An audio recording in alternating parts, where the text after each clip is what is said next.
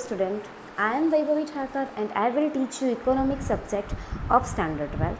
In this subject, we were started our first chapter, graphs and economics. In this chapter, we already learned the meaning of graphs and diagram, importance of graphs and diagram, aspects while drawing graphs and diagram. Then we were started to learning the types of diagram. In the types of diagram, first we learn the time-based line diagram. Then in time-based line diagram, you already know that this diagram is depends on time. The x-axis is independent and the y-axis is dependent. Then bar diagram and types of diagram. Bar diagram that shows the different bar in different section. In the bar diagram, there are three types of bar diagram. First is simple bar diagram, second is cluster bar diagram, and third is divided bar diagram. We learned already the simple bar diagram that shows simply only one bar for the each section.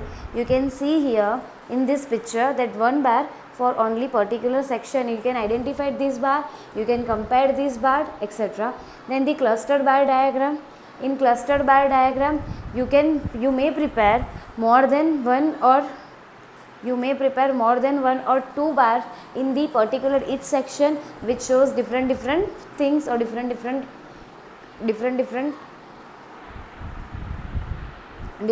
sections. Then now I want to explaining you the divided bar diagram. In such a diagram, every single value of the variable has subcategory. Hence, we get the division in all the bars which represent a common variable and common base value. That means in the divided bar diagram, there has every single value has a sub-different category. That means one bar diagram has divided into two subcategories. That means upper section shows different things, lower section shows different things. To create a proper visual effect and help comparison, each division of the bar is colored differently. The value which it represent are indicates. That means here the upper bar and the lower bar. In this one single bar, the upper section and lower section shows the different color, so one can be identified and compared easily. Here the one example, the bi-monthly sales of chocolate boxes by a sales person in rural and urban area in a region. Here the table 1.7, the number of chocolates sold in the rural and urban areas. You can see here the sales in a unit. Here the sector January to February, March to April, May to June, July to August, September to October, November to December, etc. The rural, urban and all over the India. Here the three types of the categories are available: rural, urban and the total. That means in the rural and urban's total comes in all over the India. This example is totally hypothetical based. Then here you can see the bar diagram, the divided bar diagram. You can see in January, February that the sales is made in rural area. Here you can see the box is available in the upper side of this, right and upside of the diagram. The sales of rural shows in a dark black and sales of urban shows in a cross lines. So you can see the cross line shows the urban area sales and dark black shows the rural area sales. So you can easily identify the 30 of the rural area shows the minimum point, and the 40 is more than the rural area shows urban with the cross line. Here you can easily understand the diagram that this diagram shows the subdividing category in a single bar, that is called divided bar diagram. So you learn three types of diagram. First, simple bar diagram, second cluster bar diagram, and third is divided bar diagram. Now you understand the aspect to be considered while drawing a bar diagram. First, the width of the bars does not represent any data and hence all bars should be of equal width. That means the width doesn't matter in drawing the bar. All the width of the data shows the similar.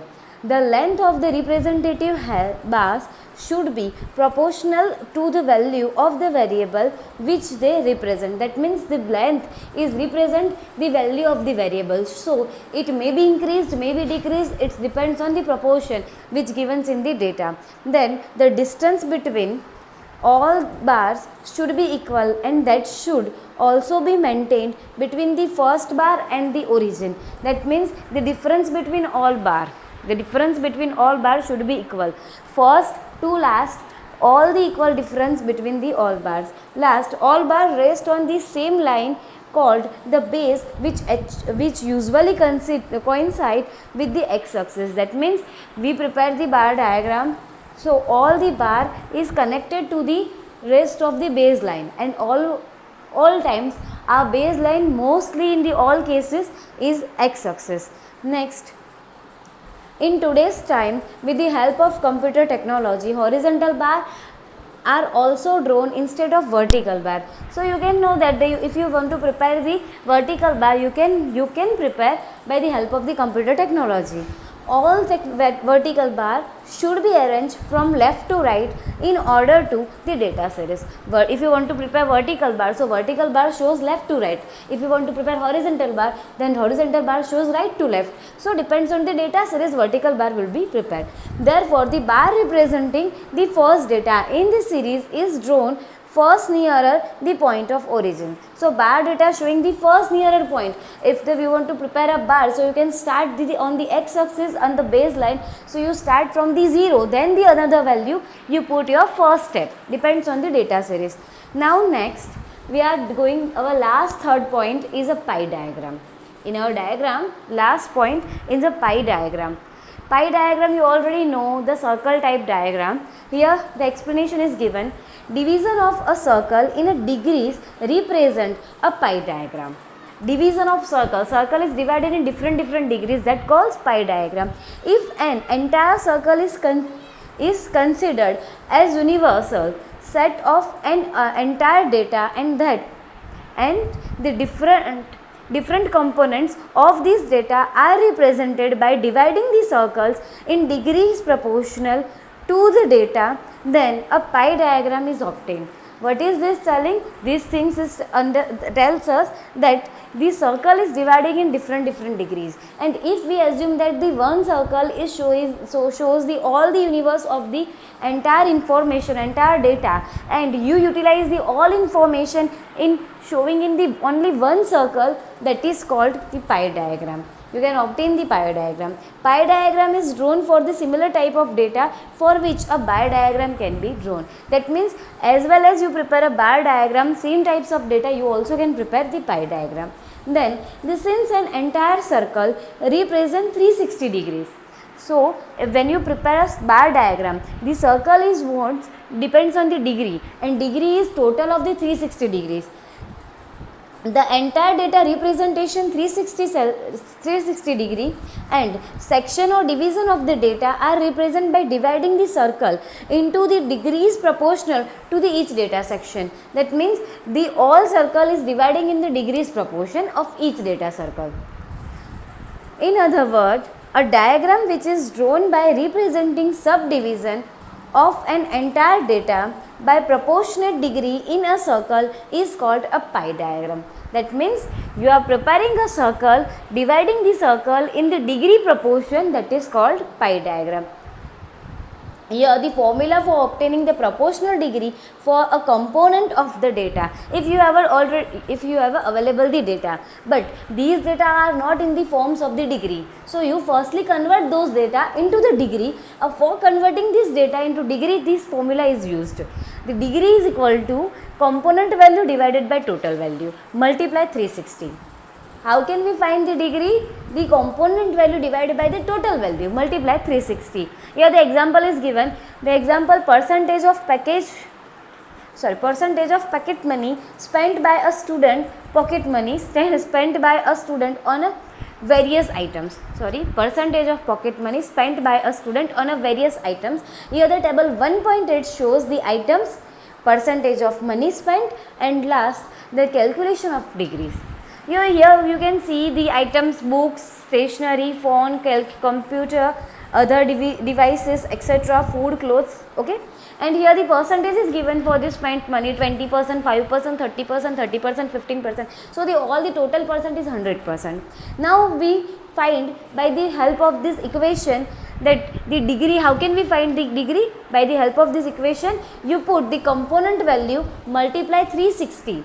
So here the component value of book is 20. 20 multiply 360 divide by total value. You can see here the percentage of money spent. The total of percentage of money spent is 100. So divided by 100, 72 degree. Then second, stationery has a component value 5%. So 5 multiply 360 divided by 100. So 18 degree. Then phone, computer and other device, etc., 30 degree, 30%, 30.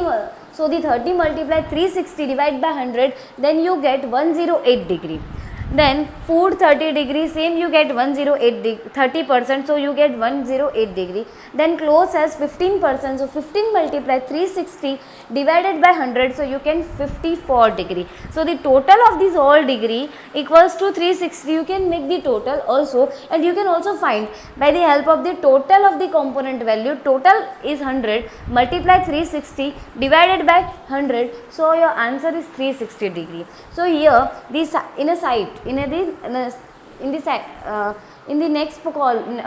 next side, in the right hand side, you can see the circle diagram, that is called pie diagram. You can see here the book shows the cross line, the stationery shows the square types line, the devices shows the dot dot, then food blank, clothes black. So here the different symbols, different designs shows different degrees of the different things. So here you can see that the 72 degree books. So you can see the books has the 72 degree and 20%. So books, you can see the cross line 20% shows. Then this stationery has 18 degrees. So stationery showing in a 5% column 18 degrees in the below of the book. Then in the below of the stationery, the devices, other devices showing the dot dot dot, it's in 108 degree. So you can see that the 30% in 108 degree, and the food is also same 108 degree, 30% of it, and last the 15% clothes shows in that diagram. So the pie diagram shows the circle value of assuming the 360 degrees. Okay, now next, the aspects to be considered while drawing a pie diagram. 360 degrees make a circle. So when we want to prepare a pie diagram, you have to prepare one circle with the value of 360 degrees. Degrees for subdivision are calculated in proportion to the value of the variable for the divisions, and the sum total of all such subdivisions must be 360. That means all the circle divided into 360 degrees, in the subdivided different degrees. Then if the relevant data is to be compared across regions or the time period, then the two pie graph can be drawn side by side. If you have the same data available for the different region or different time period, so you can prepare the two pie diagram to compare each other. For a data set with a smaller total value, a circle with the smaller dimensions. That means if you have the smaller value, your circle will be smaller, but the degree is same, 360 degrees must considered. Then if you have that larger total value, a circle with the larger dimension is drawn. If you have degree, if you have the total information is a more, then you can prepare this pie diagram in the larger dimension is a more, but the 360 degrees must consider. Then the types of graph. Now we goes on the graph. Here the time series graph. Second one is graph for continuous frequency distribution. In the continuous frequency distribution, first histogram, second frequency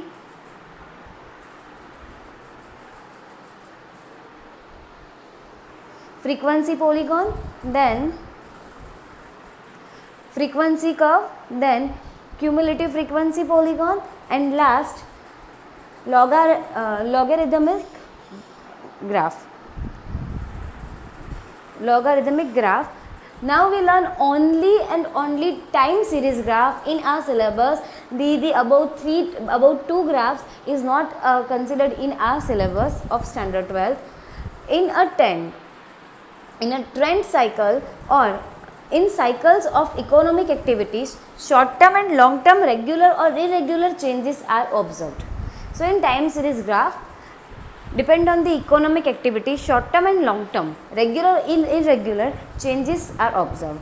The trends of such changes are obtained with the help of statistical tools. That means these types of changes which obtained by this help of statistical tools, and graphs are drawn taking these changes as a variable and time period as base, then such graphs are called time series graphs. That means in the trends of the such changes which we obtain the statistical tools, and the graph are drawn taking these changes as a variable.